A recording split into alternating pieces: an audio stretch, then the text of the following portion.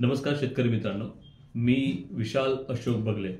बोरवेलला chemical treatment करतो पाणी वाढवण्यासाठी. प्रथमतः तर सर्व शेतकरी मित्रांचं मनापासून आभार आणि धन्यवाद देतो.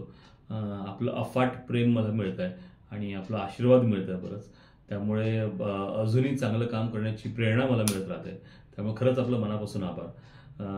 जसं की माहितीच आहे आपल्याला की केमिकल ट्रीटमेंटमुळे आम्ही सांगतो की पाण्यात वाढ होते, पण हे सांगत असताना हे पण सांगतो की अजूनही निसर्गाच्या पुढे आपल्याला जाता येत नाही. त्यामुळे 100% खात्री आम्ही काही बोरला देत नाही. तर साधारण आमचा अनुभव असा आहे की 100 पैकी 70 ते 80 बोरवेल चालू होतात आणि 20 ते 30 होत नाही. म्हणजे हे एक सक्सेस रेट आहे तसा. तर त्यामध्ये जे 70-80% म्हणजे जे 70 ते 80% लोकांना, शेतकऱ्यांना पाण्याची जी वाढ होते ती फार चांगली होते आणि त्यामुळे ते बरेच समाधानी होतात आणि त्यांचं बरंच चांगलं असं फीडबॅक येतो. मग ते फोन करून अभिनंदन करतात किंवा धन्यवाद देतात आणि फार चांगलं बोलतात. त्यामुळे खरंच फार असं म्हणतात ना की अगदीच आपण जे काम करतो त्याची पावती आपल्याला मिळण्यासारखी मिळते. तर त्यामुळे फारच छान वाटतं. पण त्याच वेळेस ज्या 20 ते 30% शेतकऱ्यांना याचा रिझल्ट येत नाही, तर ते नाराज देखील होतात. तर त्यांनाही नेमकं त्यांचं कारण काय, म्हणजे का रिझल्ट्स येत नाहीत? 20 ते 30% आम्ही सांगतो की काही बोरवेल रिझल्ट्स मिळत नाही, तर ते तसं का होतं? तर त्याबद्दलही उत्तर देणं गरजेचं आहे. त्यामुळे आजचं एक आम्ही ठरवलं की एक व्हिडिओज आपण तयार करूयात की ज्याच्यामध्ये सगळी महत्त्वाची प्रश्न मी घेईल की नेमकं ही ट्रीटमेंट म्हणजे काय आहे आणि कसं काम करतं आणि करताना त्यातनं नेमकं केमिकल कसं काम करतं, काय गॅरंटी, या सगळ्या गोष्टी मी बघणार आहे.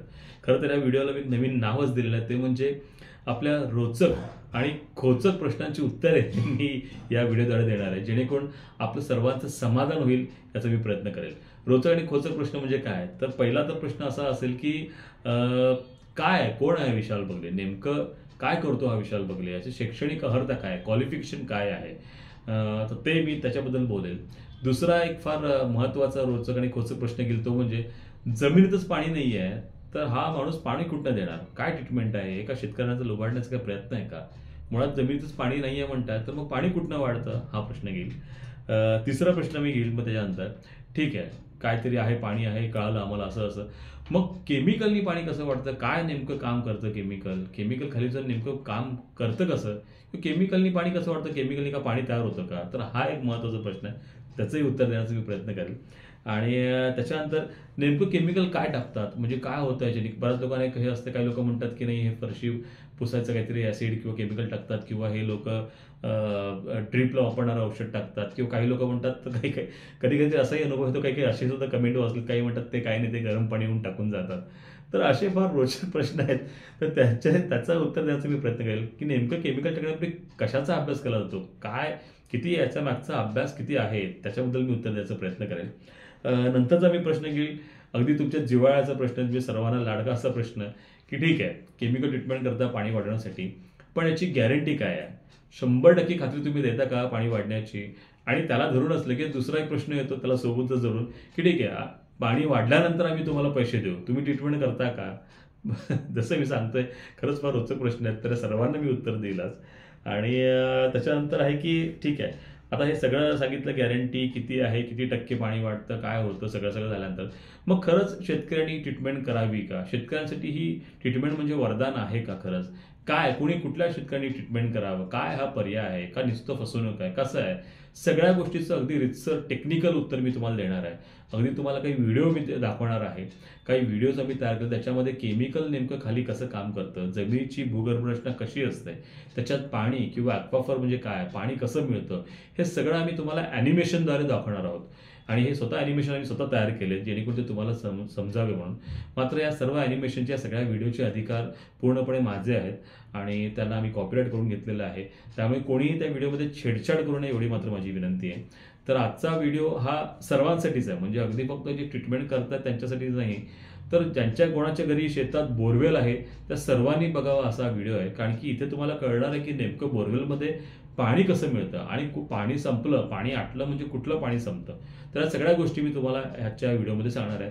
त्यामुळे शेवटपर्यंत हा व्हिडिओ बघा आणि हा व्हिडिओ जेवढ्या लोकांना शेअर करता तेवढ्या लोकांना शेअर करा. आपले परत काही फीडबॅक असतील तर नक्कीच मला कळवा. तर पहिला प्रश्न मी घेईल. पहिला प्रश्न म्हणजे कोण आहे विशाल बगले, काय याचं शैक्षणिक क्वालिफिकेशन आहे. आता हा प्रश्न घेण्याचं काय कारण, म्हणजे हा प्रश्न का घेतोय मी, कारण काय होतं काय की मला एकदा एका गृहस्थांचा फोन आला होता त्यांनी मला विचारलं की त्यांनी मला सांगितलं ॲक्च्युली की मी बोरवेलसाठी पॉईंट सांगतो, म्हणजे जिथे पाणी मिळतं तसे पॉईंट सांगतो म्हणलं अच्छा ठीक आहे म्हणलं. मग आणि जे पाणी सांगतो त्याचे 100% रिझल्ट आहेत, म्हणजे मी जिथे पॉईंट देतो तिथे पाणी मिळतंच बोरवेलला. मग मी म्हणलं ठीक आहे सर, मग काय आपलं म्हणजे नेमकं शैक्षणिक क्वालिफिकेशन काय आहे. मला वाटलं पहिले ते जिओलॉजिस्ट असतील. मी त्यांना विचारलं सर आपण जिओलॉजिस्ट आहात का, तर ते म्हणाले की नाही मी जिओलॉजिस्ट नाही आहे. ठीक आहे. मग मी नंतर त्यांना प्रश्न विचारले की मग तुम्ही म्हणजे मला इंटरेस्ट तयार झाला की काय नेमकं, मग हे इंजिनियर आहेत का, किंवा ह्यांचं शिक्षण MSc BSc असं काय झालेलं आहे का, किंवा टेक्निकल काय बॅकग्राऊंड आहे का, डिप्लोमा किंवा अजून कुठला टेक्निकल कोर्स केला आहे का. तर काही नाही, त्यांचं काही तसं ते म्हणाले नाही मी हे काही केलेलं नाही आहे. मग काय नेमकं शैक्षणिक अर्थ तुमची, तर ते म्हणाले मी 10वी-12वी झालेलं आहे. मला ठीक आहे सर 10वी-12वी झाली असेल पण बराच अनुभव असेल कदाचित त्या फील्डमधला आणि काहीतरी त्यांच्याकडे टेक्निक असेल त्या टेक्निकद्वारे करत असतील. मग मी त्यांना विचारलं तुम्ही पाणी कसं देतात. ते म्हणले की असं एक माझ्याकडे मशीन आहे, कुठलं तरी फॉरेन ब्रँड एक हे XYZ मेड मशीन आहे माझ्याकडे आणि ह्या मशीनद्वारे मी पाणी सांगतो. ठीक आहे, ते मशीन काहीतरी सांगत असेल, त्याचं काहीतरी टेक्निकल बॅकग्राऊंड असेल, त्या मशीनचा काहीतरी एक प्रिन्सिपल असेल. मग माझा लगेच त्यांचा प्रश्न आला सर मग तुम्हाला काय माहिती आहे मशीनबद्दल, किंवा मशीन कसं काम करते, नेमकं कसं पाणी बघते, तुम्हाला याचं वर्किंग प्रिन्सिपल माहिती आहे का. तर ते म्हणाले ते सुद्धा मला माहिती नाही. तर मी म्हटलं सर तुम्हाला काहीच माहिती नाही या गोष्टीबद्दल, हे मशीन कसं काम, तुम्हाला ना याच्यातला काही बॅकग्राऊंड आहे, ना शैक्षणिक बॅकग्राऊंड आहे, ना तुमचा अनुभव आहे, ना ही मशीन जे तुम्ही आणलं हे कसं काम करतं तुम्हाला माहिती नाही आहे. मग मशीन खरंच रिझल्ट देते का नाही देते तुम्हाला कसं कळणार आहे. म्हणजे असे बरेच लोक आहेत जे आजकाल म्हणजे काही असतीलच चांगले, पण असे लोक आहेत जे शेतकऱ्यांना फसवतात. मग त्यामुळे होतं काय की ज्यांचं ह्याच्यामागे एक शैक्षणिक बराच बॅकग्राऊंड आहे, जिथे आम्ही पूर्णपणे तंत्र आणि विज्ञानावर आधारित काम करतो, तिथे आमच्यावर पण सुद्धा मग काही शंका घेतल्या जातात. मग असं म्हणतं की येऊन जाऊन कोणी शेतकऱ्यांना लुबाडतो, पण अशामुळे आमचं नाव खराब होतं. मग त्यामुळे शैक्षणिक अर्थ सांगणं गरजेचं वाटतं मला. तर मी विशाल बगले, माझं MTech झालं आहे मिनरल इंजिनिअरिंगमधून. भारतातल्या सर्वोत्तम शिक्षण संस्थांपैकी एक म्हणजे Indian institute of technology ISM Dhanbad, म्हणजे IIT ISM धनबाद इथून माझं शिक्षण झालेलं आहे 2010 साली. काय IIT ISM, तर ही संस्था 1926 साली एस्टॅब्लिश झाली भारतामध्ये, आणि फक्त भारतात नव्हे तर संपूर्ण जगात मिनरल मायनिंग जिओलॉजी म्हणजे पेट्रोलियम म्हणजे भूगर्भशास्त्र निगडीत जे काही अभ्यासक्रम आहे त्यासाठी संपूर्ण भारतात नव्हे तर संपूर्ण जगात नावाजलेलं आहे. तिथून माझं शिक्षण झालेलं आहे. त्यानंतर मी भारत सरकार इथे क्लासरूम ऑफिसर म्हणून काम केलेलं आहे, म्हणजे steel authority of India limited इथे एक्झिक्युटिव्ह इंजिनियर म्हणून काम केलेलं आहे. जिओलॉजी अँड मायनिंग डिपार्टमेंटमध्ये मी सुद्धा काम केलं आहे. आणि भारत सरकारच्या science and engineering research board याचं मला एक फेलोशिप मिळालेलं आहे. फार प्रतिष्ठित असं एक फेलोशिप मला 2019 साली मिळालेलं होतं, ज्याद्वारे आम्ही जमिनीमध्ये काही प्लॅटिनम शोधण्याचाही प्रयत्न केला होता. तर असा हा माझा शैक्षणिक बॅकग्राऊंड आहे. आणि त्या सोडून 2011 पासून मी स्वतः संपूर्ण महाराष्ट्रात गावोगावी फिरून ही ट्रीटमेंट बोरवेलला करतोय. त्यामुळे प्रत्येक गावातल्या बोरवेलची काय परिस्थिती आहे, नेमकं तिथली काय जिओलॉजी आहे याबद्दलची तंतोतंत माहिती मला आहे, कारण की मी स्वतः त्या गावात फिरलेलं आहे. म्हणजे असं फक्त ऑफिसमध्ये बसून असं नव्हे तर ऑनफिल्ड माझं काम भरपूर आहे. आणि याला एक सपोर्ट म्हणून माझे वडील स्वर्गीय श्री अशोक बगले, ते स्वतः जिओलिस्ट आणि ड्रिलिंग इंजिनियर होते, ड्रिलिंग अभियंता होते. तर त्यांनी ट्रीटमेंट शोधून काढली. ते 1998 पासून ते 2000 पासून यांनी करायला सुरू केलं. त्यांचा 20 वर्षाचा अनुभव आहे, तोही माझ्या पाठीशी आहे. म्हणजे माझा स्वतःचाच 13-14 वर्षाचा अनुभव आहे. आज मी गावोगावी फिरून ट्रीटमेंट करतोय. आणि तुम्हाला माहितीच आहे की नितीन गडकरी साहेबांना सुद्धा ही ट्रीटमेंटबद्दल मी माहिती दिली. त्यांच्या टीमसोबत बरेच चर्चा झाली. त्यांना आम्ही काही ट्रीटमेंटची डेमो दिले. त्यांचाही निकाल चांगला आला. त्यामुळे ते निकाल आज बघून त्यांनीही त्याची प्रशंसा केली. केंद्रीय जलशक्ती मिनिस्टर आणि केंद्रीय ॲग्रिकल्चर मिनिस्टर यांना सुद्धा मी भेटलो, यांच्या टीम्सला भेटलो, तिथे काही मीटिंग्स झाले दिल्लीला. तर त्याबद्दल आमचं काम चालूच आहे. तर ह्यात एक खरंच हे जी ट्रीटमेंट आम्ही करतोय पूर्णपणे विज्ञान आणि तंत्रज्ञानावर आधारित अशी एक ट्रीटमेंट आहे. दुसरा महत्त्वाचा प्रश्न आपण आता घेऊयात, तो म्हणजे जमिनीतच पाणी नाही आहे तर हे पाणी कुठून देणार, म्हणजे पाणीच नाही आहे तर पाणी कसं येतं. तर हे समजून घेण्यासाठी सर्वांनी पहिले समजून घ्यायला पाहिजे की जमिनीतनं पाणी मिळतं कसं. म्हणजे जमिनीतनं 2 प्रकारे पाणी मिळतं, एक म्हणजे वॉटर टेबल आणि दुसरं म्हणजे actual geological water, ground water. हे नेमकं काय आहे तर तुम्हाला मी एका व्हिडिओद्वारे आता समजून सांगतोय. एक व्हिडिओ प्ले होईल याच्यानंतर, तो व्हिडिओ पूर्ण बघून घ्या. तो म्हणजे स्वतःच एक्सप्लेन करणारा सेल्फ एक्सप्लेनेटरी व्हिडिओ आहे. तो व्हिडिओ बघितला तुम्हाला कळेलच. पण त्यानंतर सुद्धा मी या स्क्रीनवर, म्हणजे तुम्ही दिसतं मागे मी थोडा स्क्रीन पण लावलं, त्या स्क्रीनवर थोडंफार त्यातल्या काही गोष्टी समजवण्याचा स्वतःही प्रयत्न करेल. आणि त्यानंतर आपण पुढच्या प्रश्नाकडे वळूयात. बोरवेलमधून जमिनीतून 2 प्रकारचे पाणी आपल्याला मिळते. पहिले म्हणजे जमिनीपासून खाली 100 फूट पर्यंतच्या थरात जे पाणी मुरलेले असते ते पाण्याचे पहिले स्रोत, यालाच वॉटर टेबल किंवा पाण्याची पातळी असे म्हणतात. दुसरे म्हणजे 100 फुटाच्या खाली जमिनीतून जे पाणी मिळते हे पाण्याचे दुसरे स्रोत, हे खरे भूगर्भ जल. आता दोन्ही मधील अंतर आपण समजून घेऊ. पहिले वॉटर टेबलचे पाणी कसे मिळते हे बघूया. वरचे 100 फूट पर्यंत थर हा साधारण मऊ मातीपासून बनलेला असतो. मग प्रत्येक वर्षी पाऊस पडला की पावसाचे पाणी 100 फूट पर्यंत मुरते. हे पाणी उताराच्या दिशेने वाहून आपल्या बोरमध्ये येऊन थांबते आणि आपण त्याचा उपसा घेतो. सर्रास 80 ते 90% बोरवेल हे सध्या याच पाण्यावर चालतात. म्हणजेच प्रत्येक वर्षी पाऊस पडला की हे वॉटर टेबल रिचार्ज होतं आणि बोरवेल चालू होतात. पाऊस संपला आणि वॉटर टेबलचं पाणी कमी होऊ लागले की मग बोरवेल साधारण डिसेंबर-जानेवारी पासून बंद पडायला सुरू होतात. परत पुढच्या वर्षी पाऊस झाला की वरचा 100 फूटचा थर रिचार्ज होतो आणि पुन्हा जून-जुलै पासून बोरवेल चालू होतात. हे झाले पहिले थर. आता 100 फूटच्या खाली भूगर्भजल कसे मिळते हे समजून घेऊ. 100 फूटच्या खाली काळा खडक म्हणजेच बेसाल्ट रॉक आपल्या महाराष्ट्रात लागते. येथे आपण विशेषतः महाराष्ट्र राज्याबद्दल बोलतोय. तर 100 फूटच्या खाली विशिष्ट अंतरावर पाणी धरणारे थर नैसर्गिकरित्या तयार झालेले असतात. त्याला वॉटर बेरिंग झोन असे म्हणतात. या स्तरात पाणी असणारे काही फ्रॅक्चर्स म्हणजे फटी असतात. यालाच ॲक्वाफर असेही म्हणतात. येथे पाणी कुठून येते तर प्रत्येक वर्षी जो पाऊस पडतो त्यातून 5 ते 10% पाणी हे 100 फुटाच्याही खाली जाऊन मुरते आणि हे ॲक्वाफर पर्यंत पोहोचते. पण मुळात ही प्रक्रिया फारच सावकाश आणि प्रदीर्घ वेळ घेणारे असल्या कारणाने मागील 5, 50, 200, 500 असे अनेक वर्षापासून जो पाऊस पडतोय तर त्यातील काही टक्के पाणी खाली ॲक्वाफर मध्ये जाऊन थांबलेलं असतं. तसेच नदी, नाले किंवा तलाव याचेही पाणी हळूहळू ॲक्वाफर पर्यंत जाऊन पोहोचतात. जसे की आपण आता समजून घेतले की भूगर्भजल हे बऱ्याच वर्षापासून खाली साचलेले असते. मग बऱ्याच वर्षापासून पाणी तेथे असल्या कारणाने पाण्याच्या वाटेत गाळ, क्षार, माती आणि खनिजे यांचा थर जमा झालेला असतो आणि पाण्याचे रस्ते बंद झालेले असतात. त्यामुळे सहसा ॲक्वाफरचं पाणी आपल्या बोरवेलमध्ये मिळवता येत नाही. बोरवेल घेतो म्हणजे आपण फक्त खड्डा खणलेले असते आणि ॲक्वाफरचे पाणी मोकळं करण्याचं काम आपण मुळात करतच नाही. विशाल बगले जे बोरवेलमध्ये केमिकल ट्रीटमेंट करतात त्याने वॉटर टेबल आणि ॲक्वाफर मधील गाळ, क्षार, माती विरघळून पाण्याचे रस्ते मोकळे होतात आणि तेथील पाणी आपल्या बोरवेलला मिळते. अशा रीतीने बोरवेलला पाण्याची वाढ होते.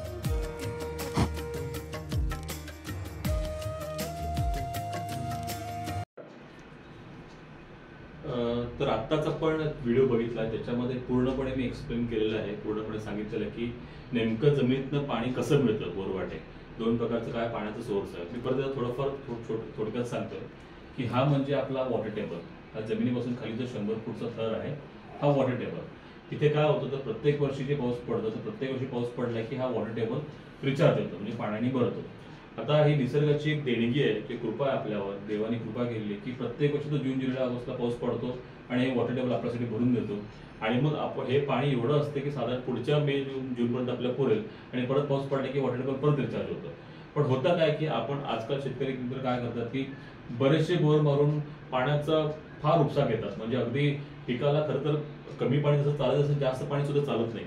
पण पिकाला बघून पाणी देण्याऐवजी कितीही पाणी दिलं जातं किंवा कसलाही प्रकारचं पाण्याचं नियोजन न करता पाणी दिलं जातं. बरंच पाण्याचा अपव्यय केला जातो. त्याच्यामुळे काय होतं हे बरंच पाणी डिसेंबर-जानेवारी पर्यंतच बाहेर टाकलं जातं. त्यामुळे मग काय होतं हा जो झोन आहे वॉटर टेबल हा ड्राय होतो म्हणजे पाणी संपतं आणि वॉटर टेबलचं पाणी संपलं की मग आपल्याला बोरला पाणी येणं बंद होतं. मग परत आपल्याला पुढच्या पावसाची वाट बघावी लागते. जेव्हा जून, जुलैला पाऊस पडला की परत हे वॉटर टेबल रिचार्ज होतं आणि मग आपल्या परत बोरला पाणी यायला सुरू होतं. आता याच्यामध्ये दुसरे थर काय आहे तर दुसरे थर आपण बघतोय की याच्यामध्ये दुसरं असं की याच्यामध्ये काही हा जो आता वॉटर टेबलचा जो खालचा जो थर आहे म्हणजे हा वॉटर टेबलचा खालचे जो थर आहे ह्याला आपण बेसाल्ट रॉक, हा सगळं काळा खडक करतात. पण काळ्या खडकामध्ये तुम्ही काही बघता विशिष्ट अंतरावर काही लेयर्स आहेत. म्हणजे हे काही लेयर आहेत ज्याला वॉटर बेरिंग झोन असं म्हणतात. म्हणजे GSAच्या डेटानुसार, जिओलॉजिकल सर्व्हे ऑफ इंडियाच्या डेटानुसार वगैरे म्हणतात तर महाराष्ट्र राज्यामध्ये साधारण 100 फुटाला, 200 फुटाला, 300 फुटाला थोडे 20-30 फूट वर खाली असे सॉफ्ट झोन किंवा वॉटर बेरिंग झोन लागतात. ओके, हीट, प्रेशर आणि वॉटर याचा संपर्क झाल्यामुळे ह्या खडकाचं रूपांतर थोडं सॉफ्ट झोन मध्ये झालं असतं. त्याच्यामध्ये काही नॅचरल ॲक्वाफर किंवा नॅचरल फ्रॅक्चर असतात. ते बघू शकता हे नॅचरली फ्रॅक्चर असतात, फटी असतात. तर या फटीमध्ये पाणी जे असतं ते म्हणजे खरं भूगर्भजल. मग इथे पाणी कसं येतं, ह्या फटीमध्ये पाणी कुठे येतं तर ते पण काय येते पण ती पण किमया सगळी निसर्गच करते. म्हणजे काय तर प्रत्येक वर्षी पाऊस पडल्यानंतर हा जो पाऊस पडतो या पाऊस पडल्यानंतर जे काही पाणी आपल्याला मिळतं जे बघू शकता पाणी मिळाल्यानंतर प्रत्येक वर्षी पाऊस पडला, पाणी मिळालं की त्यातलं काही टक्के भाग म्हणजे आता हा पाऊस पडल्यानंतर वॉटर टेबल भरलेला आहे आणि त्याच्यानंतर तुम्ही बघू शकता त्याच्यानंतर या वॉटर टेबलचं काही पाणी हे बघा इथे असं येऊन हे ॲक्वाफर रिचार्ज होतं. इथे बघा इथे पाणी इथे येतं आणि हे ॲक्वाफर येऊन इथे हे ॲक्वाफर भरतं, परत इथनं पाणी इथे येऊन हे सगळं असं होऊन हे ॲक्वाफर भरत जातात आणि असं करत करत हे खालचे ॲक्वाफर भरतात. म्हणजे प्रत्येक वर्षी जो पाऊस पडतो त्याने हा वरचा 100 फूट थर भरतो आणि त्यातलं त्या थरामधलं प्रत्येक वर्षी 5%, 10%, 20%, 30% पाणी हे उतरून खाली ॲक्वाफरला पण पोहोचतं.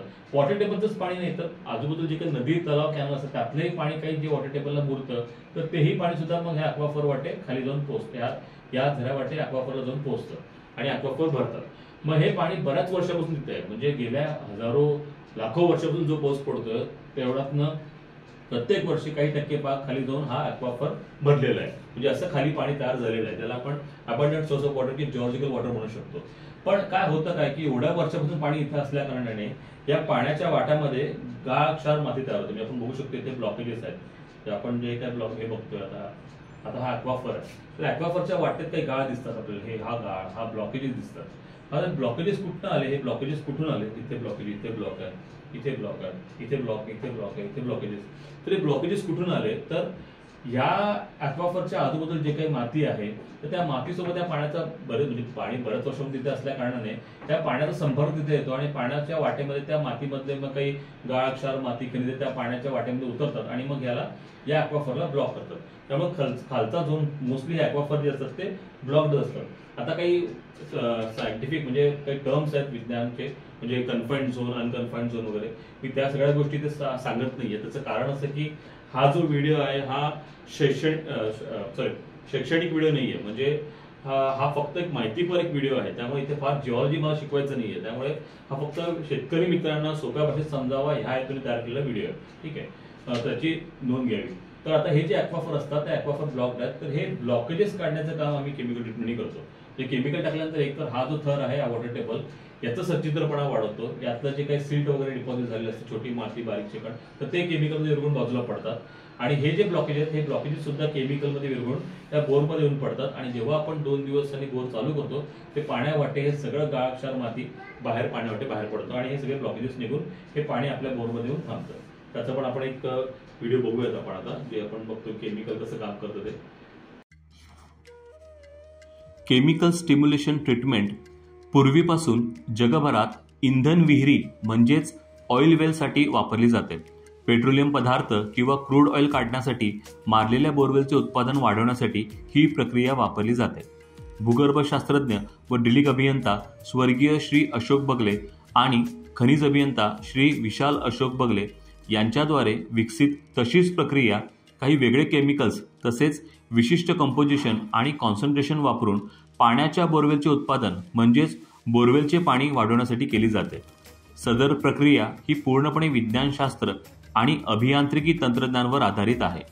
तिन्ही केमिकल खाली जाऊन एकमेकात मिसळतात आणि रिॲक्शन सुरू होते व फ्यूम्स म्हणजेच वाफा बोरवेलमधून बाहेर पडायला सुरू होतात. या केमिकल मिश्रणाद्वारे बंद झालेल्या झऱ्यामधील गाळ, क्षार, माती आणि खनिजेमधील गँग मटेरियल विरघळण्यास सुरू होते आणि पाण्याचे रस्ते मोकळे होतात. बोरवेलच्या ज्या वरच्या भागात पाणी पोचलेले नाही तेथे केमिकलच्या वाफा म्हणजेच फ्यूम्स हे जास्त दाबाने झऱ्यामध्ये इंजेक्ट होतात आणि रिॲक्शन होते व तेथील झरे देखील मोकळे होतात. अशा प्रकारे सगळे ब्लॉकेज निघाल्याने झरे मोकळे होऊन पाणी बोरवेलमध्ये वाहते आणि पाण्यात वाढ होते. असे केमिकल ट्रीटमेंट आणि या गुणवत्तेचे काम संपूर्ण भारतात खनिज अभियंता श्री विशाल अशोक बगले यांना सोडून इतर कोणीही करत नाही. ठीक आहे, तर आता तुम्हाला कळालंच आहे की नेमकं पाणी कसं मिळतं, भूगर्भजल म्हणजे काय, वॉटर टेबल म्हणजे काय, केमिकल खाली जाऊन नेमकं कसं रिॲक्ट करतं, कशी वाट मोकळे होतात आणि पाणी आपल्या बोरला वाढून मिळतं. आता हे केमिकल काय म्हणजे बरेच लोक म्हणतात काही येऊन टाकतात का, तर असं नाही आहे. याच्यामागे खरंच बराच अभ्यास आहे. म्हणजे काय तर नेमकं पाण्यामध्ये काय काय आहे, म्हणजे पाण्यामध्ये कॅल्शियम कार्बोनेट सॉल्ट्स असतात, कॅल्शियम कार्बोनेट म्हणा, कॅल्शियम बायकार्बोनेट, मॅग्नेशियम कार्बोनेट, असे बरेच सॉल्ट असतात, कॅल्शियम मॅग्नेशियम सॉल्ट्स असतात. काही जिल्हे जसं बदलतील, जसं की सॅलिनिटी काही काही एरियाची जास्त आहे. म्हणजे कसं, तर जे समुद्रकाठचे शहरं म्हणता येईल, म्हणजे जसं काही सिंधुदुर्ग, कोकण भाग म्हणा, तर अशा काही भाग आहेत. तर तिथे काय होतं, तिथे सोडियम क्लोराईड फार जास्त प्रमाणात बनतं. काही ठिकाणी सल्फेटचं प्रमाण जास्त आहे, काही ठिकाणी जिप्समचं प्रमाण जास्त आहे. सल्फेट जिप्सम म्हणजे काय, तर त्या गोष्टीसुद्धा ब्लॉकेजेस वाढवण्यासाठी मदत करतात. म्हणजे खरं बघितलं तर सोलापूर, लातूर, धाराशिव आणि बीड इथला बराचसा भाग इथे जिप्सम किंवा सल्फेटचं प्रमाण सुद्धा जास्त आहे जमिनीत, आणि ह्याच्यामुळे सुद्धा ब्लॉकेजेस वाढतात. मग याच्या व्यतिरिक्त अजून काय, तर ऑक्साईड्स आणि सल्फाईड्स असतात, खनिजे असतात.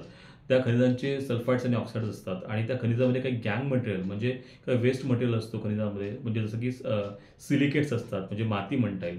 आणि या व्यतिरिक्त सिल्ट असतं, म्हणजे पावसासोबत आलेलं काही सिल्ट, माती जे एकदम बारीक कण म्हणता येईल तसे. आणि म्हणजे काय म्हणतात आपले काही बायो कॉन्स्टिट्युएंट्स, म्हणजे की अल्गी जसं म्हणतो आपण, म्हणजे काही बॅक्टेरिया काही ह्याच्यामुळे अल्गी तयार होतात, म्हणजे जसं शेवाळ म्हणतो ना आपण तसं. तर ह्या गोष्टीसुद्धा या सॉल्ट आणि सिल्टसोबत मिळून ना ब्लॉकेजेस तयार करतात. तर ह्या सगळ्या गोष्टींना कुठलं केमिकल कसं काम करेल, या सगळ्याचा अभ्यास करावा लागतो. म्हणजे जसा जिल्हा बदलेल, म्हणजे सोलापूर जिल्ह्यात सोलापूर, लातूर, धाराशिव असे, बीड असे जिल्हे असतील, किंवा मग जसं की सांगितलं की सिंधुदुर्ग, रत्नागिरी असे काही जिल्हे असतील, किंवा मग अगदी पुणे, नाशिक असा असेल. काही ठिकाणी नगर हा इथला जमिनीचा प्रकार जरा वेगळा असतो. काही ठिकाणी आता खरं तर बघितलं जमिनीमध्ये काही ठिकाणी ॲल्युव्हियल सँड, लॅटराईट वगैरे अशा काही गोष्टी आपण ऐकतो. पण एवढं सगळं मी ह्या व्हिडिओमध्ये कव्हर करत नाही, कारण की हा जो व्हिडिओ आहे हा शैक्षणिक व्हिडिओ नसून माहिती देणारा एक व्हिडिओ आहे. पण ओव्हरऑल मग असं असताना प्रत्येक जिल्हा जसा जसा बदलेल तसं आम्हाला केमिकल बदलावे लागतात, केमिकलचे प्रमाण बदलावे लागतात, केमिकलचं कॉन्सन्ट्रेशन बदलावं लागतं. आणि विशेष म्हणजे ही ट्रीटमेंट करत असताना आम्ही मोटर, पंप काहीही काढत नाही, कारण की या केमिकलचा त्याच्यावर काही परिणाम होत नाही. मग त्यासाठी काय खबरदारी घ्यावी लागते, किती वेळ त्या केमिकलला त्या बोरवेलमध्ये ठेवावं लागतं, त्याचं कॉन्सन्ट्रेशन किती टाकावं लागतं, याचा सर्वांचा अभ्यास आहे. आणि अजून विशेष महत्त्वाचं म्हणजे एवढे जे सांगितलं आम्ही, जे काही सॉल्ट्स असतील, जे काही सिल्ट्स असतील, जे काही मिनरल्स असतील, काही सल्फाइड्स असतील, काही ऑक्साईड्स असतील, काही खनिजे असतील, तर ह्या सगळ्यांसोबत रिॲक्शन होताना एकच केमिकल काम करत नाही, तर 5, 6, 7, 8 केमिकल तिथे टाकावं लागतात. मग ते सगळे केमिकल एकदम टाकलं तर त्या केमिकलचा एकमेकावर परिणाम होतो. एक केमिकल दुसऱ्या केमिकलचं काम थांबवतं, पहिलं केमिकल तिसऱ्या केमिकलचं काम थांबवतं. मग त्यानुसार कुठल्या क्रमद्वारे केमिकल टाकायला पाहिजे, तो केमिकल कसं टाकायला पाहिजे, त्यानंतर किती गॅप द्यायला पाहिजे, नंतर बोरवेल किती दिवस बंद ठेवायला पाहिजे, कुठल्या भागासाठी कुठलं केमिकलचं कॉन्सन्ट्रेशन वाढवायला पाहिजे, कुठल्या भागासाठी केमिकलचं कॉन्सन्ट्रेशन कमी करायला पाहिजे, दुसरं कुठलं केमिकल इंट्रोड्यूस करता येतं का, ह्या सर्वांचा अभ्यास आम्ही करतो लिटरली. असेही काही केमिकल्स आहेत जे फार चांगले आहेत पण ते विषारी असतात. म्हणजे असे काही केमिकल आहेत जे एवढे विषारी आहेत की त्याचा मग परिणाम मग शेतीवर किंवा पाण्यावर होतो. मग त्याचा वापर आम्ही अजिबात करत नाही. मग अशाच केमिकलचा हे करतो की ज्या केमिकलनी तिथे नुकसान काही होणार नाही, ना पिकाला, शेतीला, ना पाण्याला, ना तिथल्या भूगर्भ रचनेला, पण तिथले जे काही सॉल्ट, सिल्ट्स मिळत जे काही ब्लॉकेजेस ते निघून जावे आणि तिथलं पाणी वाढावं, एवढं मात्र खबरदारी आम्ही नक्कीच घेतो. त्यामुळे याच्या मागे हे जे केमिकल टाकतो त्याच्या मागे आमचा बराच अभ्यास असतो, त्यानुसार आम्ही ट्रीटमेंट करतो. हा एक महत्त्वाचा प्रश्न होता. गॅरंटी काय? हा प्रश्न तर माझ्या मते सगळे एकदम ऐकून बसतील की नेमकं काय, किती टक्के गॅरंटी आहे पाणी वाढण्याची. तर जसं की मी सर तुम्हाला सांगतोय की चालू बोर जर असतील, म्हणजे साधारण चालू बोर म्हणजे काय, जो बोर 1 तासापेक्षा जास्त चालतो, तर त्या बोरमध्ये आम्ही सांगतो की साधारण आम्ही 100% खात्री देतो की आहे त्या पाण्यामध्ये 1.5 वाढ होते. आता 1.5 वाढ होते म्हणजे काय, तर एकदम सोपं आहे. म्हणजे कमीत कमी एवढं तरी वाढवण्याची गॅरंटी देतो. झालं तर दुप्पट तिप्पट सुद्धा होऊ शकतं, पण कमीत कमी 1.5 वाढ तर असं आम्ही सांगतो चालू बोरवेलला. मग कसं, तर साधारण समजा एक बोर चालतोय, एक अपार्टमेंटचा आपण बोर घेऊया किंवा शेतातला एक बोर घेऊया, जो 1 तास चालतोय आणि 1 तासामध्ये साधारण तो 10,000 लिटर पाणी देतोय, तर आणि 1 तासानंतर बंद पडतोय. तर आमच्या ट्रीटमेंट नंतर त्या पाण्यामध्ये वाढ काय होते, तर आमच्या ट्रीटमेंट नंतर जो बोर 10,000 लिटर पाणी देतो, तो 10,000च्या ऐवजी 15,000, 14,000 ते 15,000 लिटर पाणी फेकतो. कमीत कमी एवढं तरी देतो. झालं तर 10,000 ते 20,000, 40,000 लिटर पण होतं, पण कमीत कमी 15,000 लिटर पाणी तर तो देतो. मग ह्याच्यामध्ये बऱ्याचदा गल्लत कुठे होते, काही शेतकरी म्हणतात की सर आमचं बोर 1 तास चालतो आणि एवढं पाणी फेकतं, आणि नंतर ट्रीटमेंट नंतर सुद्धा पण तो 1 तासच चालतोय. पण तिथे काय झालेलं असतं, मग त्यांना वाटतं की पाणी वाढलं नाही का, पण तिथे झालेलं काय असतं नेमकं, तर 1 तासामध्ये जो पूर्वी 10,000 लिटर पाणी द्यायचा तो आता 15,000 लिटर पाणी देतोय. मग त्यामुळे तिथे वाढ झालेली असते. मग ते करण्यासाठी मी स्पेशली सांगतो की शेतकऱ्यांना की तुम्ही पाणी मोजा. म्हणजे साधारण एक 200 लिटर किंवा 500 लिटरचं कुठलाही बॅरल असेल, तर तो बॅरल घेऊन बोर चालू केला तो मोजायला सांगतो, आणि त्याला भरायला किती वेळ लागला हे आम्ही मोजतो. समजा फॉर एक्झाम्पल त्याला 5 मिनिटं लागले, नंतर बोर चालूच ठेवायचा आणि अजून एक अर्धा तासाने, म्हणजे समजा 10 वाजता मोजलं, पहिले 5 मिनिटं लागले, बोर चालूच आहे. 10:30 वाजता आम्ही मोजलं आणि बघितलं की अजून 5 मिनिटं लागतात एक 200 लिटरचं बॅरल भरायला, आणि त्याच्यानंतर पण आम्ही बघितलं अजून एक 11 वाजता तर तो 200 लिटरचं बॅरल भरायला 5च मिनिटं लागलं. म्हणजे प्रत्येक 5 मिनिटात तो 200 लिटर पाणी फेकतो. याचा अर्थ म्हणजे 12×5=60 म्हणजे 12 ड्रम भरतील आपल्याकडे, बरोबर. 5 मिनिटात एक ड्रम भरतोय म्हणजे, तर 12 ड्रम आपल्याकडे भरतात म्हणजे 12×2 2400 म्हणजे 2400 लिटर पाणी आपल्याला मिळतं एका तासामध्ये. तर या बोरला जर आम्ही ट्रीटमेंट केली तर तो 2400 पैकी डेफिनेटली 2400 मध्ये अजून एक 1200 लिटर अजून वाढून फेकतो. म्हणजे कमीत कमी 3600 लिटर तो तासानंतर पाणी फेकायला सुरू करतो. अशी पाण्याची वाढ होते. अपार्टमेंटमध्ये सहज कळतं, पण शेतामध्ये कळत नाही. त्यांना वाटतं की टाइम वाढलंच नाही की सर 1 तास चालतोय, आता 1 तास चालतोय. त्याचं कारण असं की त्या मोटरची कॅपॅसिटी असते, तो मोटर त्याच्या कॅपॅसिटीपेक्षा कमी पाणी फेकत असतो पूर्वी ट्रीटमेंट करण्यापूर्वी. समजा एखाद्याची मोटरची कॅपॅसिटी पहिलेच 5000 लिटर आहे, HP नुसार कॅपॅसिटी बदलते. आता एक मोटरचं एक 3 HP मोटर आहे समजा तो ताशी काहीतरी 5000 लिटर पाणी फेकतोय.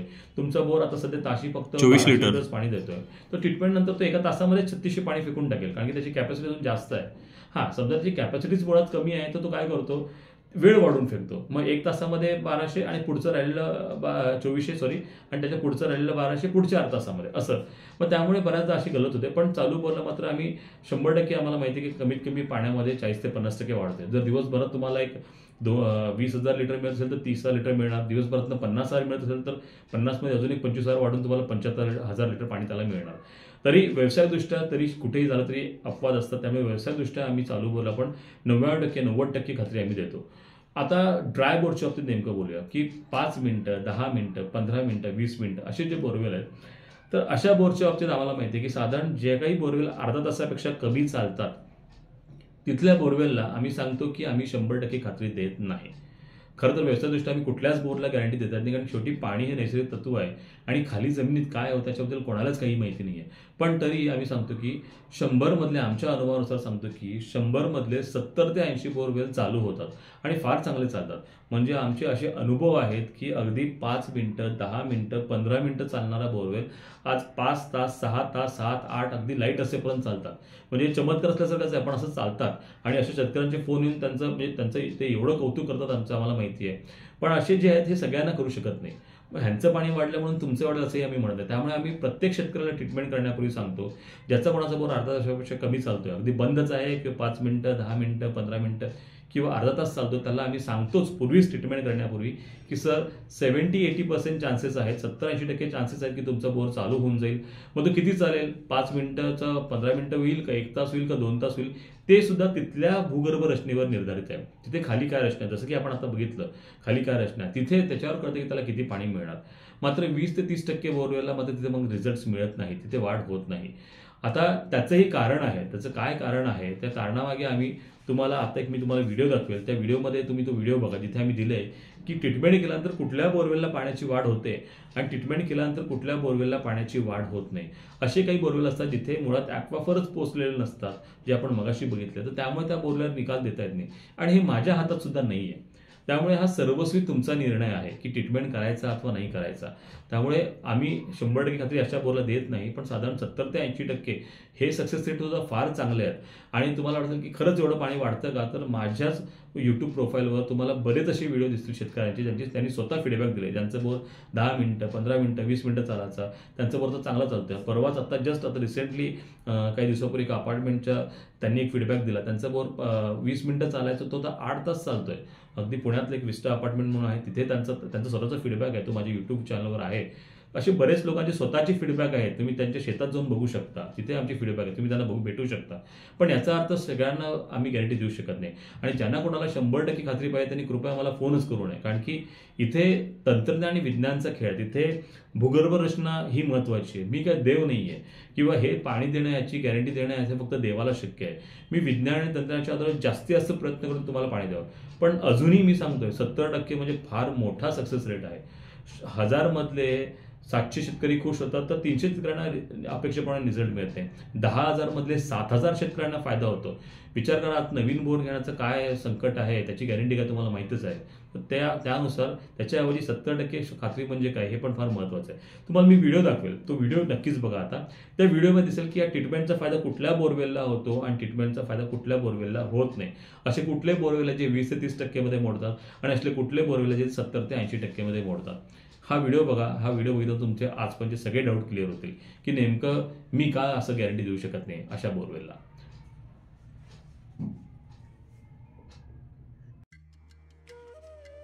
केमिकल ट्रीटमेंटचा फायदा हा पूर्णपणे प्रत्येक बोरवेलच्या तिथल्या भूगर्भ रचनेवर आधारित असते.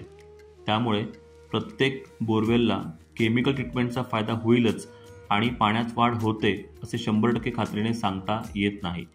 जसे की पूर्वीच्या व्हिडिओमध्ये आपण बघितले की केमिकल हे ॲक्वाफर म्हणजेच जमिनीखालील पाण्याचे झरे यातील गाळ, क्षार, माती विरघळवून रस्ते मोकळे करते व तेथील पाणी आपल्या बोरवेलमध्ये येऊन थांबल्याने बोरवेलला पाण्याची वाढ होते.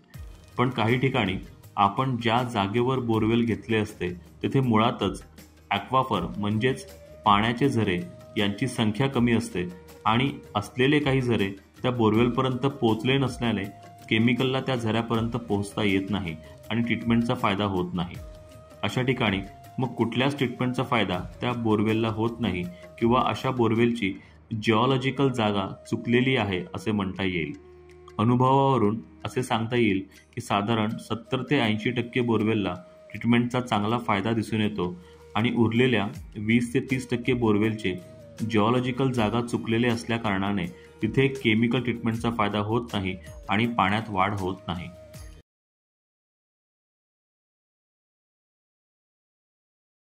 आता आपण पाहिलंच आहे व्हिडिओमध्ये की केमिकल ट्रीटमेंटचा कुठल्या बोरवेलला फायदा होतो आणि कुठल्या बोरवेलला फायदा होत नाही.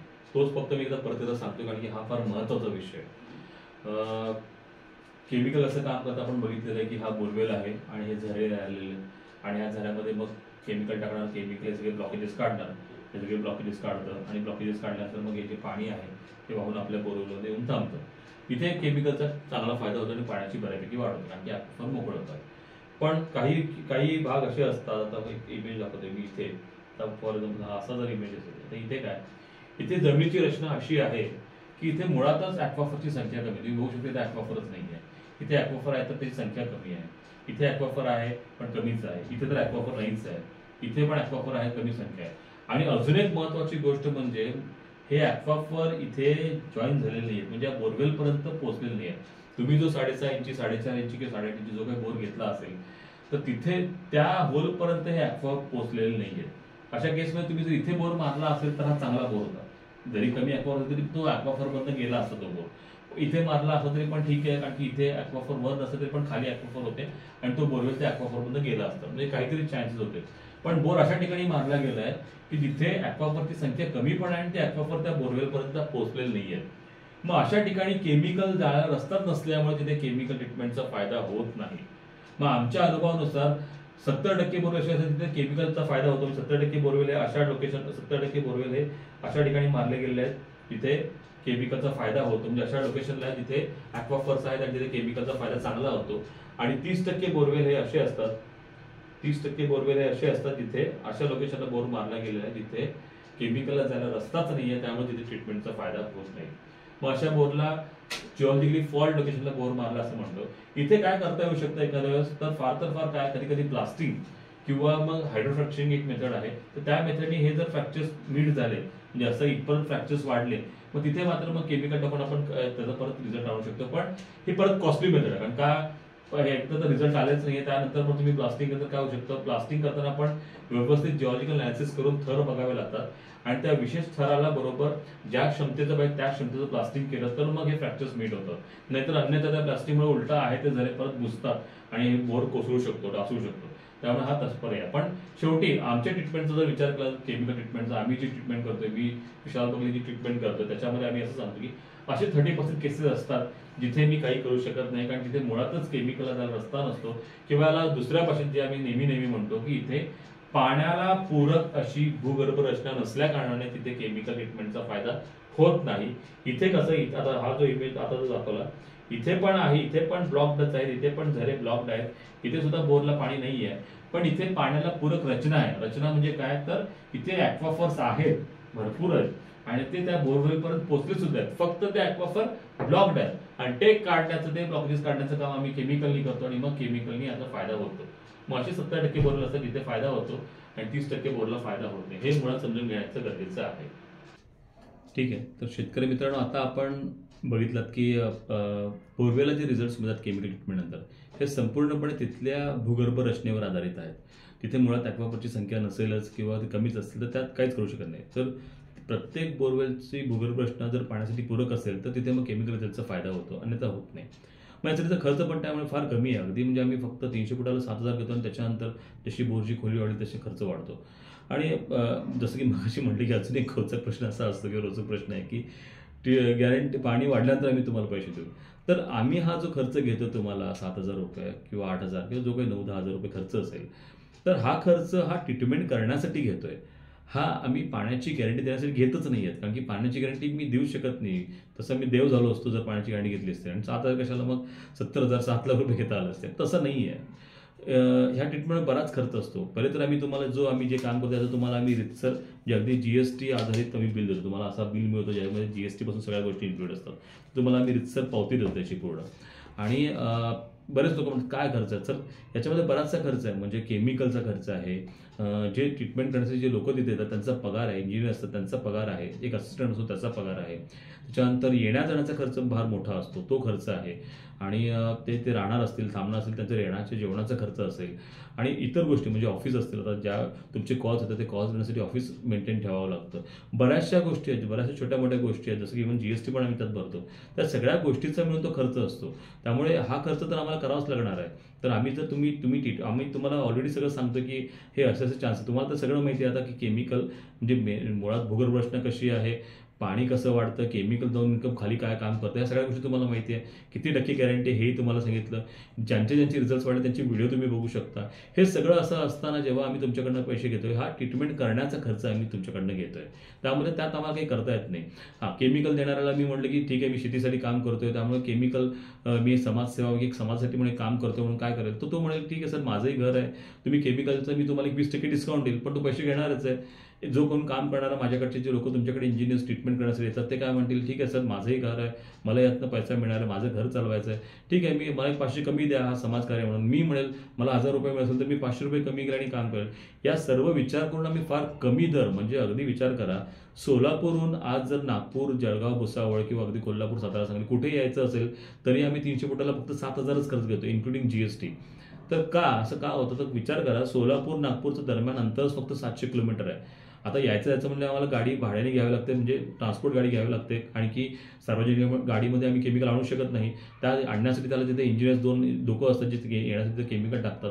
आता 700 किलोमीटर म्हणजे काय नागपूरला बरोबर बोर नसतात, नागपूरच्या आजूबाजूच्या शेतात बोर असेल तर तिथे यायचा खर्च किलोमीटरच फक्त 2,000 होतं. साधारण 13-14 जरी गाडी भाडं पकडलं, 14 28 म्हणजे 28,000 रुपये फक्त गाडी भाडं जातं आणि आम्ही घेतोय फक्त 7,000 रुपये. यात केमिकलचा खर्च कुठे आहे, त्या येण्याचा खर्च त्यात राहण्या खाण्याचा खर्च कुठे आहे, त्या लोकांचा पगार कुठे आहे, बाकीचा खर्च कुठे आहे, GST कुठे आहे, सगळ्या गोष्टी आहेत. त्यामुळे हा जो खर्च आहे हा पूर्णपणे ट्रीटमेंट करण्याचा आहे. पाणी वाढण्याचे किंवा गॅरंटीची काही आम्ही किंमत घेत नाही. आणि सर पाण्याची किती किंमत लावणार तुम्ही सांगा मित्रांनो, की पाण्याची काय किंमत लावणार आहे. आज असे बरेच बोर आहेत जे 5-10 मिनिटं चालणारे, 15-20 मिनिटं चालणारे बोर तर 1 तास चालतात, काही 2 तास, काही तर अगदी 5-5, 6-6 तास चालतात, काही लाईट असेपर्यंत चालतात.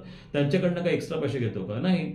आम्हाला त्यांच्याकडनं आशीर्वाद तेच आमच्याशी पुष्कळ आहे. ते 7,000 त्यांना जेव्हा त्यांनाही इव्हन ट्रीटमेंट करण्यापूर्वी आम्ही सांगितलेलं असतं की एवढे % चान्सेस आहेत सर, एवढा रिस्क आहे, ते घेतात आणि त्यांना रिझल्ट्स मिळतात. पण त्यांच्याकडनं काय आम्ही वाढीव पैसे घेत नाही. तिथल्या भूगर्भ रचना चांगली होती, त्यांचा हे मिळाला, समाधान आम्हाला नक्कीच भेटतो. ज्या बोर रिझल्ट मिळतात त्या रिझल्ट जर नाही आला तर त्याचंही दुःख आम्हालाही होतं. पण तिथे माझ्या हातात काही नाही आहे, तर ते तुम्ही समजून घ्या. शेवटी ही नैसर्गिक तत्व आहे. आम्ही तुम्हाला मॅक्झिमम प्रयत्न करतोय की देण्याचा प्रयत्न करतो की केमिकलनी काय पाणी वाढतं, कसं देता येईल, तर त्या गोष्टीचा विचार करा. आता मग ही प्रक्रिया करायची का, म्हणजे हा तुमचा आता फार मोठा प्रश्न असेल की मग तुम्ही गॅरंटी देत नाही म्हणता, 70-80% सांगताय म्हणताय आणि खर्च असा आहे 7-8 हजार हा खर्च जो काय असेल 8-9 हजार वगैरे, आणि किती पाणी मग असं असेल तर मग हे ट्रीटमेंट करावी का. तर मला सांगा सर, आज जर आपल्याकडे पाणी नाही आहे, आज एखादा बोर बंद पडला किंवा पाणी कमी झालं तर तुमच्याकडे दुसरा पर्याय काय आहे. आज तुमच्याकडे एकच पर्याय आहे, एक म्हणजे तो नवीन बोर घेणे.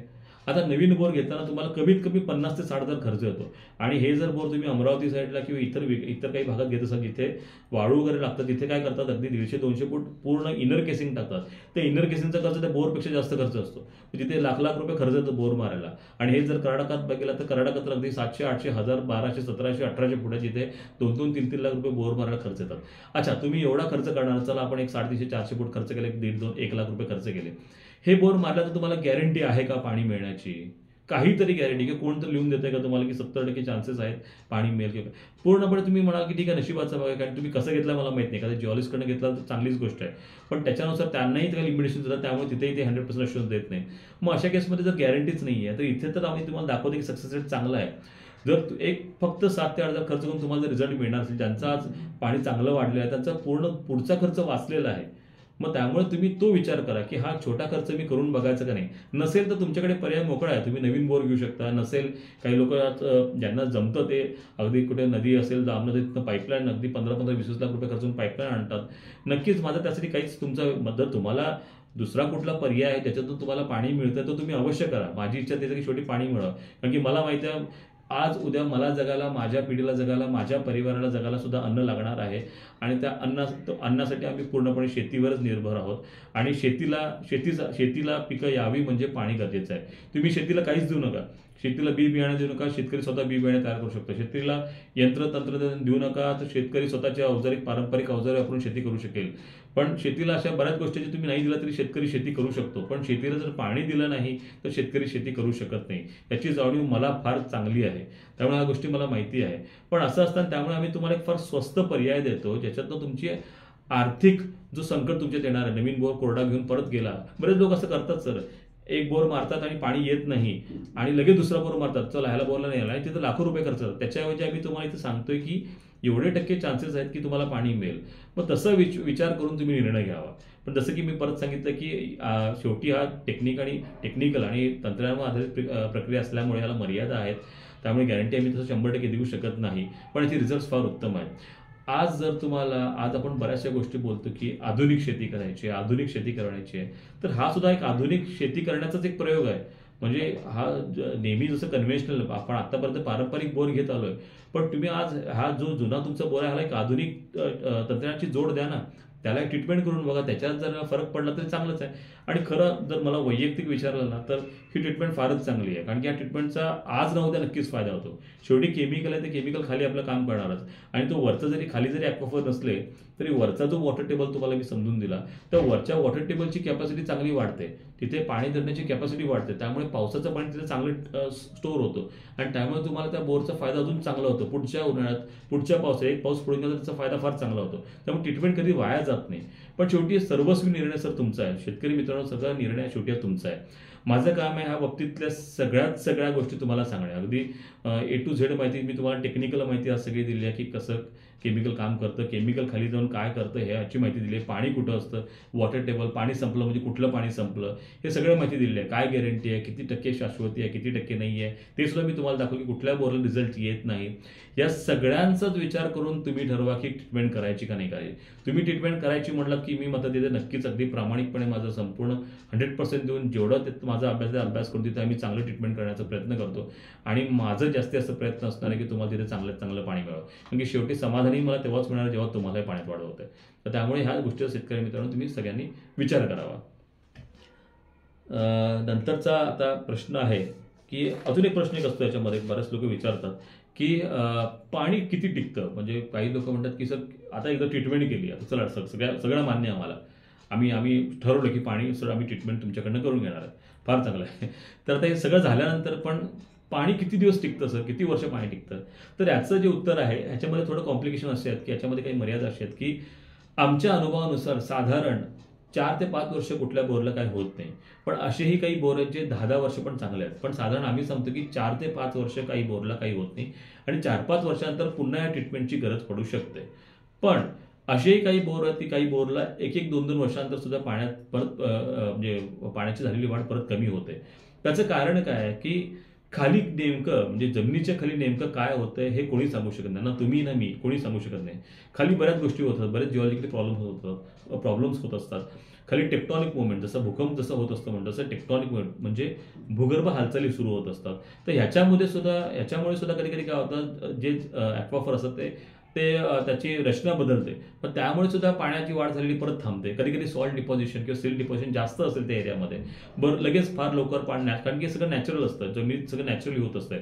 हे सगळं अचानक होतं आणि अचानक तिथलं सॉल्ट डिपॉझिशन वाढायला सुरू होतं, परत लगेच तिथं सॉल्ट डिपॉझिशन वाढायला सुरू होतं. त्यामुळे मग काही बोरला 2 वर्षांतर पण ट्रीटमेंट करायची गरज पडते, असंही आहे. पण आमचे असे बरेच कस्टमर्स आहेत ज्यांना आम्ही अगदी 4-4, 5-5 वर्षांतर परत जाऊन ट्रीटमेंट देतो आणि त्यांचं पाणी परत पूर्वीसारखं चालू होतं. अगदीच लांब 2-3 उदाहरण, म्हणजे इथे सोलापूर जिल्ह्यातले एक शेतकरी ज्यांच्याकडे आता मी जवळपास मागच्या 20 वर्षात 4 वेळा 5 वेळा ट्रीटमेंट केली आहे जवळपास त्यांच्याकडे. फक्त ते फोन करतात आणि जाऊन मी ट्रीटमेंट करतो. लातूरला एक आहेत म्हणजे अगदी चांगले मित्र आहेत, म्हणजे आता अच्युत काळे पाटील म्हणून आहेत. तर त्यांचं सांगायचा मुद्दा म्हणजे त्यांचे वडील असताना, म्हणजे अच्युत पाटील म्हणून एक शेतकरी आहेत सुगावला लातूरला, त्यांचे वडील जेव्हा होते त्यावेळेस माझ्या वडिलांनी त्यांच्या शेतात ट्रीटमेंट केली होती.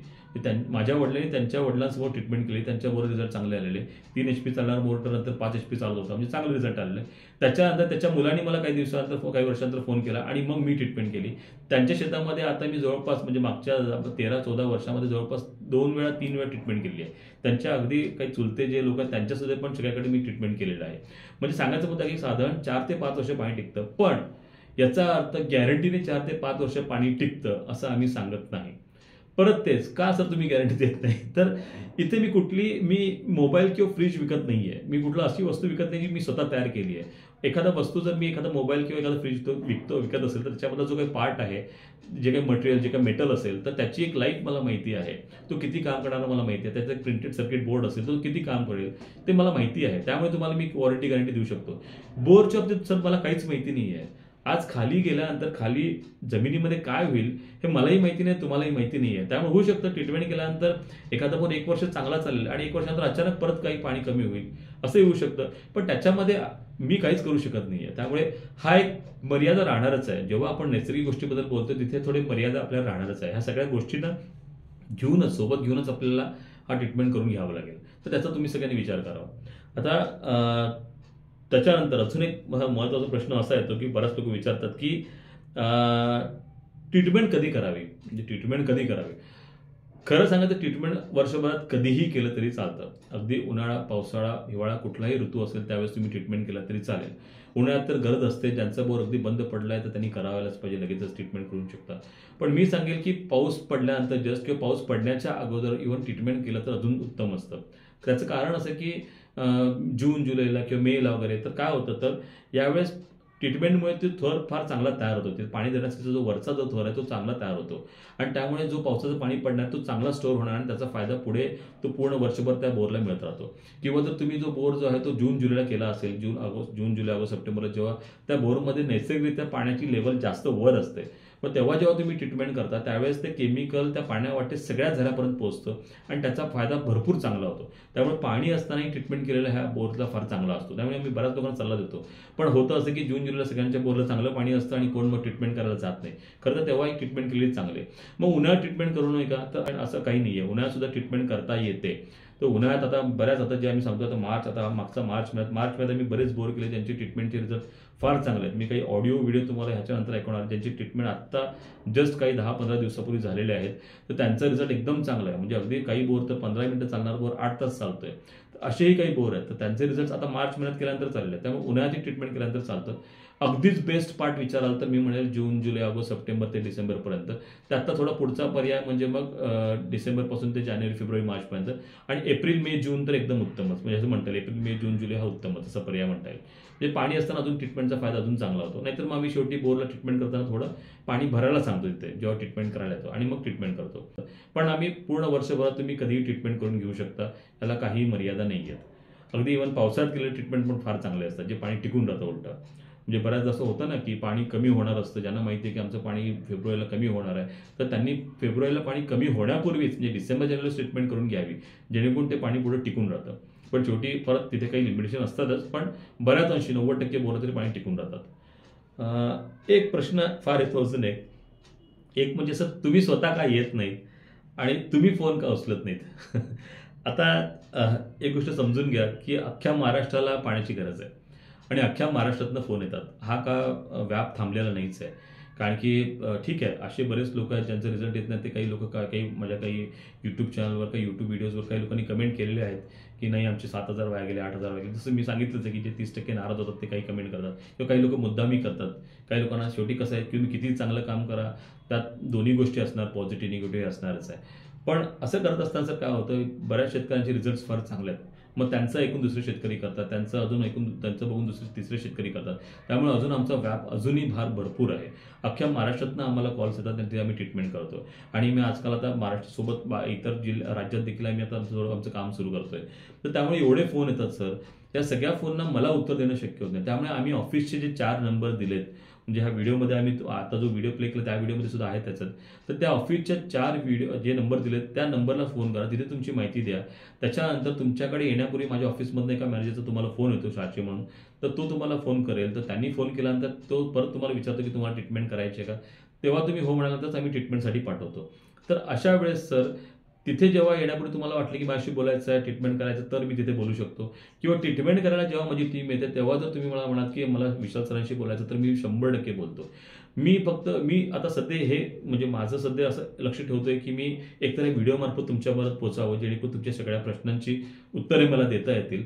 आणि दुसरी गोष्ट, जेव्हा माझी टीम स्वतः तिथे तुमच्याकडे येते त्यावेळेस देखील मी तुमच्याशी बोलतो. म्हणजे माझं मेन प्रिफरन्स, माझं मेन प्राधान्य असणार आहे की ज्यांना मी ट्रीटमेंट देणार आहे त्यांच्याशी तर मी बोलावं.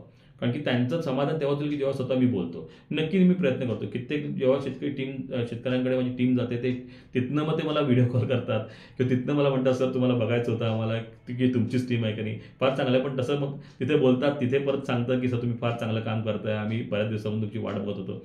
तिथेही बोलणं होतं, तिथेही त्यांची शंका विचारतात, त्या शंकेचं मी निरसन करतो आणि उत्तर देतो. पण इतर बरेच लोक जे कॉल करतात आम्हाला की अजून ट्रीटमेंट करण्यापूर्वी अजून जे रजिस्ट्रेशनसाठी किंवा त्यांचं बोर आहे, त्यांचं ट्रीटमेंटचं काहीतरी डाऊट आहे, तर त्यावेळेस जे फोन करतात त्यावेळेस मात्र मला शक्यतो बोलायचं होत नाही. त्यावेळेस आमचे ऑफिसचे लोक तुमच्याशी बोलतात आणि सांगतात. दुसरा प्रश्न असं म्हणता येईल आपल्याला, हा एक फार रोचक प्रश्न आहे. म्हणजे मला झालं असं की माझी एक जाहिरात होती लोकमतला, तर तिथे आम्ही फीडबॅक दिलं. ते ज्या शेतकऱ्यांचे पाणी वाढलेलं आहे त्यांचं नाव, तालुका, जिल्हा आणि पाणी पूर्वी किती होतं नंतर किती होतं ह्याचं फक्त फोटो आणि हे दिलं होतं सगळं. मग तिथल्या मला एका माणसाचा, एका गृहस्थांचा फोन आला. तर ते मला म्हणाले की काय आहे तुम्ही फसवणूक करताय, तुम्ही असं सुरू केलं सरळ. म्हणजे अगदी कोण आहे काय आहे काही माहिती न घेता फक्त एक काहीतरी टीका करायची म्हणून, कोण आहे तुम्ही, काय करताय, तुम्ही यांचे नाव दिले, यांचे नंबर का नाही दिले, तुम्ही नंबर दिले नाही म्हणजे तुम्ही यांची फसवणूक करताय आमची, तुम्ही नक्की काहीतरी फ्रॉड आहात. मी म्हटलं सर ऐकून घ्या, मला पहिले एक सांगा की तुमचं ट्रीटमेंट केलं आहे का. नाही ट्रीटमेंट नाही केली. तुमचं काय अडचण आहे का, तुमच्या आजूबाजूला कोणा पाण्याची काय अडचण, त्यामुळे नाही. मग तुम्ही कुठल्या बेसवर माझ्यावर अलिगेशन्स लावताय.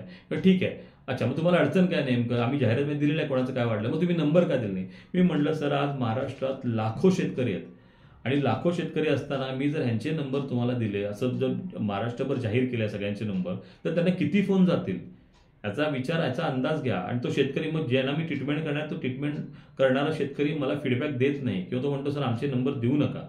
कारण की आम्हाला बरेच कॉल येतात. आमचं कामं सोडून काही लोक, त्यातले बरेच लोक असे आहेत जे शेतकरी असतात, काही लोक असे आहेत जे गव्हर्नमेंट ऑफिसर्स आहेत, काही लोक पोलीस डिपार्टमेंटमध्ये, काही वकील आहेत, काही जज आहेत, काही डॉक्टर्स आहेत, बरेच लोक आहेत असे, काही अपार्टमेंटमध्ये राहणारे सद्गुरू असतात.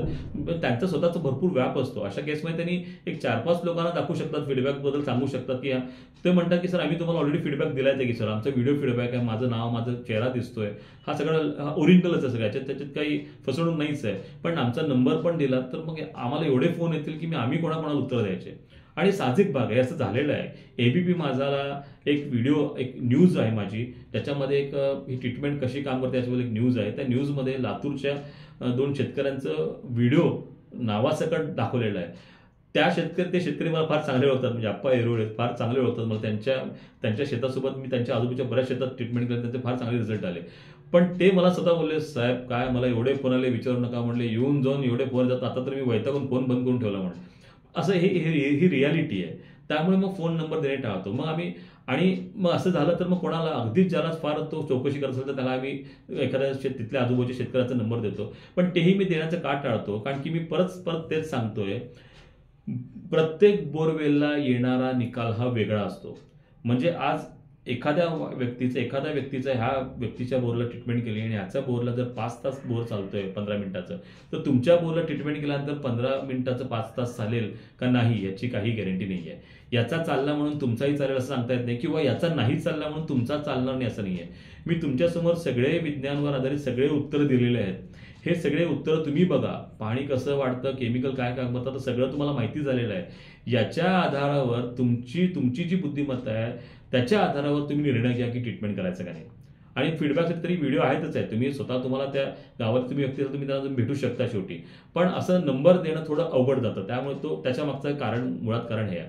असंही होतं. मी तुम्हाला अगदी सांगतो, पुण्यातलं एक असं घर आहे, पुण्यातलं एक अपार्टमेंट, जो रिअल, मी त्याचं नाव घेत नाही, पण पुण्यात असं रिअल गोष्ट झालेली आता काही महिन्यापूर्वी. 2 घर आहेत पुण्यामध्ये, तर दोन्ही घरामध्ये माझ्या एका टीमने एकाच दिवशी ट्रीटमेंट केलं.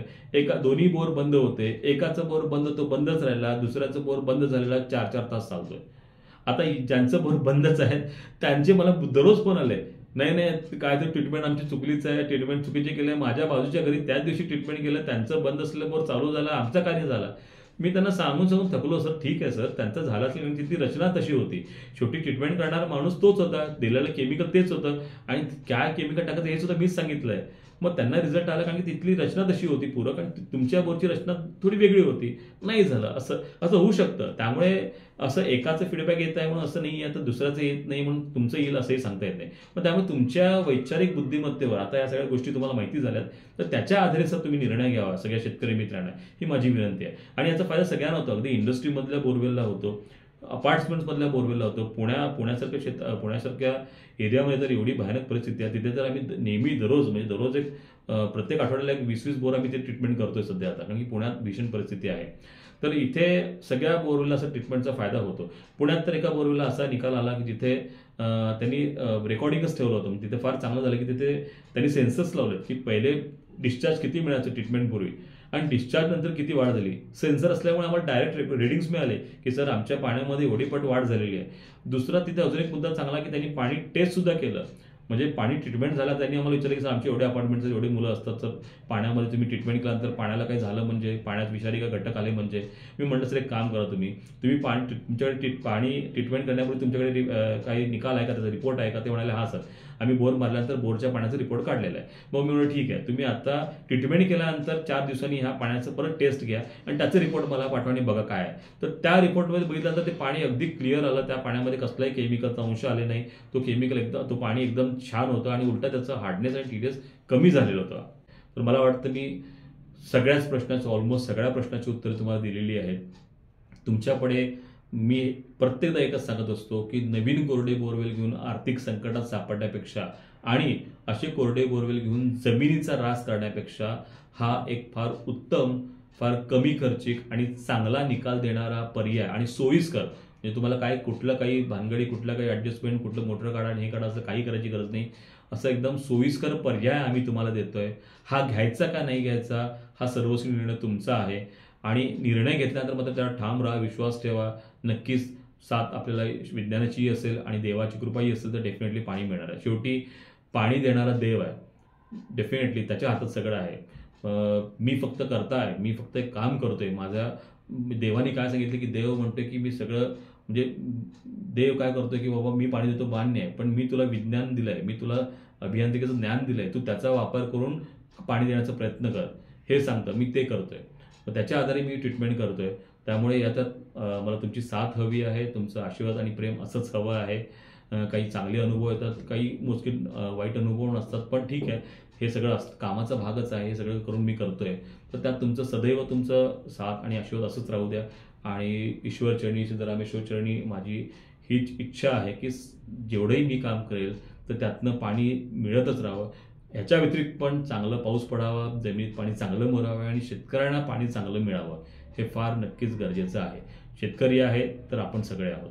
ओके, अजूनही आपल्याला काही शंका असतील तर नक्कीच मला विचारा.